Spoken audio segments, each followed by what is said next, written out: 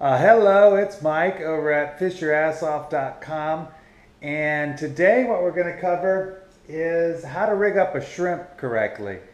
I never really realized that there was a problem with that until I have some of my friends that come down, from different states, and we go out fishing with shrimp, and I just watch the various ways that they hook up a shrimp, and it doesn't make a lot of sense sometimes, and I'll show you some of the things that they're doing wrong and really how you should rig up a shrimp correctly depending on how you're fishing with it, whether it be under a bobber or with some sort of split shot setup or a jig head. So we're going to go ahead and show you, some of my little drawings up here. So hopefully you can see these.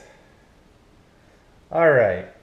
So if you're fishing a live shrimp now, these shrimp are alive, and you're going to use some sort of split shot or weight or something like that, I would suggest putting the hook through here, through the bottom where the hook is up top, and actually the eye of the hook will bury inside the tail, and you almost have a completely weedless setup in this case.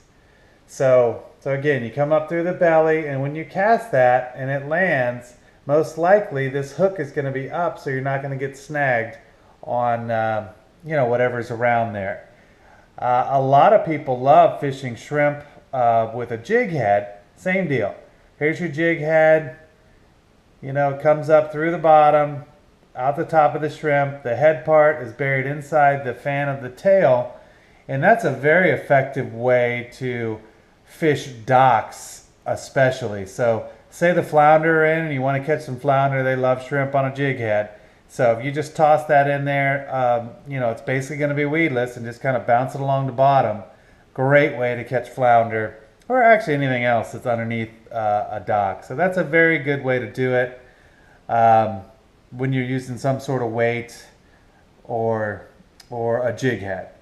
All right, and then when you come over here, if you have a live shrimp underneath a bobber, I prefer to do it this way. These shrimp have a little horn right there, and I like to get it underneath that horn, but you gotta miss this dark spot.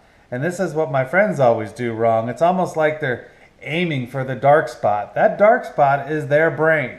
So if you put a hook through that dark spot, you should have just got dead shrimp, because now that shrimp is dead. It's not gonna jump around. It's not gonna do all the great things that a live shrimp is gonna do, because you want a live shrimp to do two things. It smells great, so all the fish want to come over and see what's going on, and it's jumping around and swimming around, so it's creating those vibrations that attract fish via their lateral line too. And thirdly, you have the sight component too.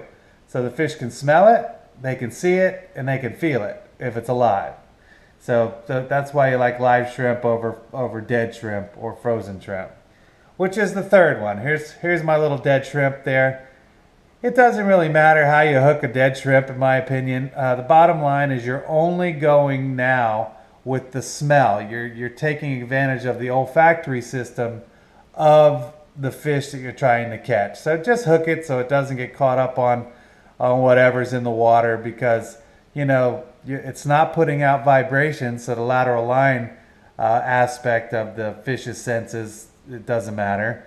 And it's not acting right because it's dead, so the sight component of the fish's senses isn't being used either. So it's strictly the olfactory system when you're dealing with a dead shrimp. So do whatever you want with it.